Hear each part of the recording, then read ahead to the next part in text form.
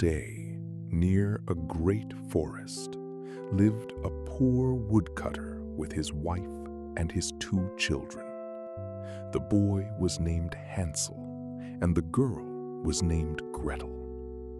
They had very little to eat, and once there was a great famine in the land. The woodcutter could not even provide their daily bread. One night, as he lay in bed worrying, he sighed deeply. His wife, the children's stepmother, spoke to him. "Listen, husband," she said, "we will take the 2 children out into the forest. We will take them to the thickest part. There we will leave them so we don't have to feed them anymore." The woodcutter was horrified and said, "No, wife, I cannot do that. It would break my heart to leave my own children to be devoured by wild animals." "Then we will all starve," she replied, "and you will have only yourself to blame."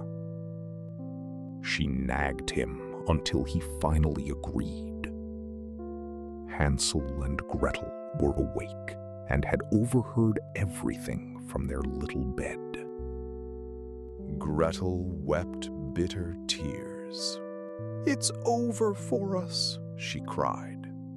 "Don't cry, Gretel," said Hansel. "I will find a way to help us." When the parents were asleep, Hansel slipped out of bed. He put on his little jacket. He unbarred the lower door and crept outside.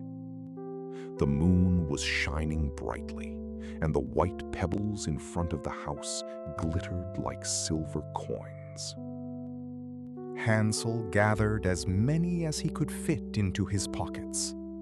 Then he went back inside, lay down, and said to Gretel, "Be at peace, dear sister."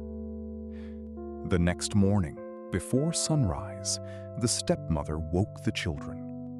"Get up, you lazy bones," she said.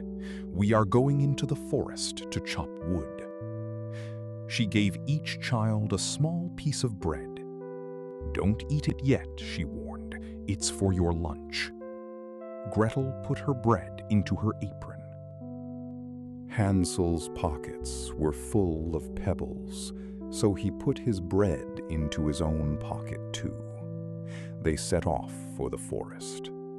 As they walked, Hansel kept turning around and looking back at the house. His father noticed and asked, "Hansel, what are you looking at? Why do you keep lagging behind?" "Oh, father," Hansel replied, "I am looking at my little white cat sitting on the roof, saying goodbye to me." "That's no cat," said the stepmother. "That's the morning sun shining on the chimney." But Hansel was not looking at the cat. He was dropping one white pebble after another from his pocket onto the path. When they reached the deepest part of the forest, the father said, "Gather some wood, children, and I will make a fire to warm you." The children gathered twigs and branches, and a big fire was lit. The stepmother said, "Now lie down by the fire and rest while we go deeper into the forest to chop wood. We will come back for you when we are finished." Hansel and Gretel sat by the fire. When noon came, they ate their little pieces of bread. They heard the sound of an axe, which they thought was their father. But it was only a dry branch that he had tied to a tree, swinging in the wind. They waited for a long time. Then they fell asleep. When they awoke, it was dark night. Gretel began to cry. "How will we get out of the forest now?" "Wait a little," said Hansel, "until the moon rises." When the full moon was high, Hansel took Gretel's hand. They followed the shining white pebbles that he had dropped. The pebbles glowed like newly minted coins, showing them the way. They walked all night long. At daybreak, they arrived back at their father's house. They knocked on the door. The stepmother opened it and gasped, "You wicked children! Why have you slept so long in the forest? We thought you were never coming back." But their father was secretly delighted to see them again, for he had been very sad. Not long after, there was another severe famine in the land. The children again heard their stepmother persuading their father. "We must take them deeper into the forest this time," she said, "and they will not find their way back." The woodcutter was very heavy-hearted, but he could not say no to his wife. Hansel again got up to gather pebbles, but the stepmother had locked the door and he could not get out. "Don't cry, Gretel," he comforted her. "I will still find a way." The next morning, the stepmother gave them an even smaller piece of bread than before. Hansel crumbled his bread in his pocket. On the way into the forest, he scattered the crumbs on the path, hoping they would show them the way back. "Hansel, what are you doing?" asked his father. "Why do you keep stopping and looking back?" "I am looking at my little dove on the roof, saying goodbye," Hansel lied. "Foolish boy, that is only the morning sun on the chimney," said the stepmother. Hansel continued to drop crumbs, even though his father and stepmother hurried them along.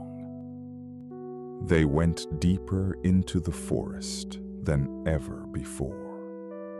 Again, a large fire was made, and the stepmother told them to wait there. They ate their bread. They heard the axe again, but it was just a branch tied to a tree. They fell asleep. When they awoke, it was again dark night. Gretel began to weep. "How will we get out of the forest?" "Wait until the moon rises, and then we will see the breadcrumbs," said Hansel. But when the moon rose, they found no crumbs. The many thousands of birds in the forest had eaten them all. "Never mind," said Hansel. "We will find a way." They walked all night and the next day, but they could not find their way out. They were terribly hungry and tired.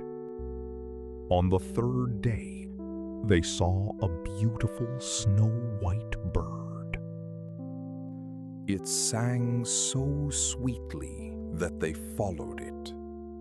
The bird flew ahead and then landed on the roof of a house.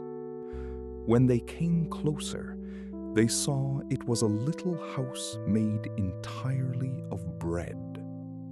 It was roofed with cake and decorated with clear sugar windows. "Oh, this is wonderful," cried Hansel. "Let me eat a piece of the roof." "And I will eat a piece of the window," said Gretel. Hansel reached up and broke off a large piece of the cake roof. Gretel nibbled at the sugar window. Suddenly, a soft voice called from inside the house. "Nibble, nibble, gnaw. Who is nibbling at my house?" The children answered, "The wind, the wind, the heaven-born child." And they continued to eat, very excited by the delicious treats. Hansel ate a big piece of the roof, and Gretel broke out a whole round window pane. Suddenly, the door opened, and an old woman leaned out.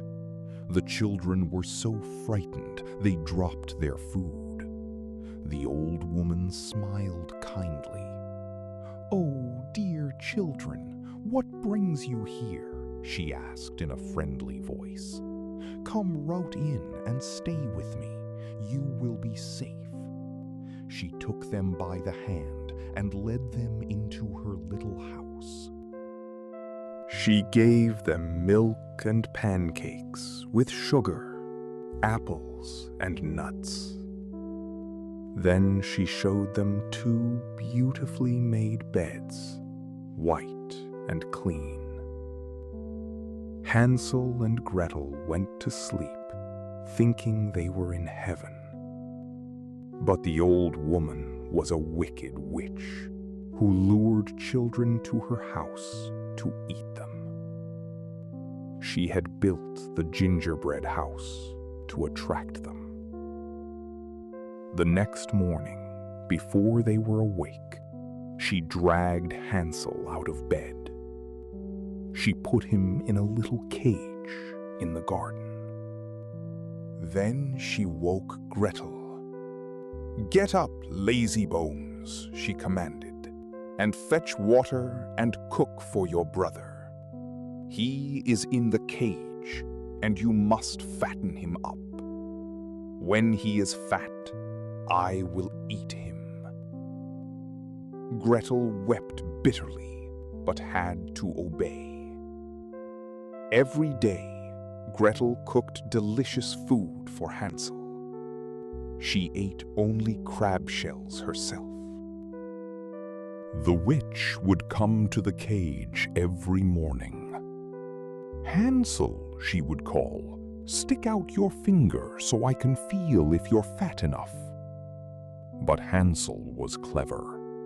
He always stuck out a small chicken bone that he had found. The witch was very short-sighted and could not tell the difference.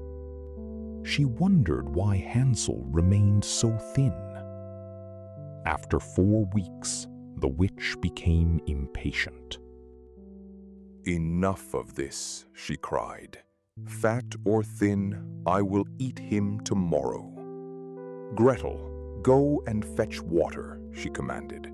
"I am going to bake Hansel." Gretel cried as she fetched the water. "Dear God, help us," she prayed. "If only the wild beasts had devoured us in the forest, at least we would have died together." "Stop your whining," snapped the witch. "It won't help you." In the morning, the witch lit the oven and made a huge fire. "Gretel, crawl into the oven," she ordered, "and see if it's hot enough for the bread." The witch intended to shove Gretel in and bake her too. But Gretel saw through her trick. "I don't know how," said Gretel. "How do I get in?" "Stupid goose," said the witch. "The opening is big enough. See, I can get in myself." She crawled forward and stuck her head into the oven. Gretel gave her a mighty push. The witch fell right in, deep inside the roaring hot oven. Gretel slammed the iron door shut and bolted it. The wicked witch shrieked horribly. She burned to death. Gretel ran straight to Hansel's cage. "Hansel, we are free," she cried. "The old witch is dead." Hansel burst out of the cage like a bird from its prison. They hugged and danced with joy. Now they had no more to fear. They explored the witch's house. In every corner were chests filled with pearls and jewels and gold coins. "These are better than pebbles," said Hansel, filling his pockets. "I will take some too," said Gretel, filling her apron. They gathered as much as they could carry. Then they set out to find their way home. After walking for a while, they came to a large body of water. "We cannot cross this," said Hansel. "There is no bridge and no boat." "But look," cried Gretel, "a little white duck is swimming here. If I ask her, she will help us."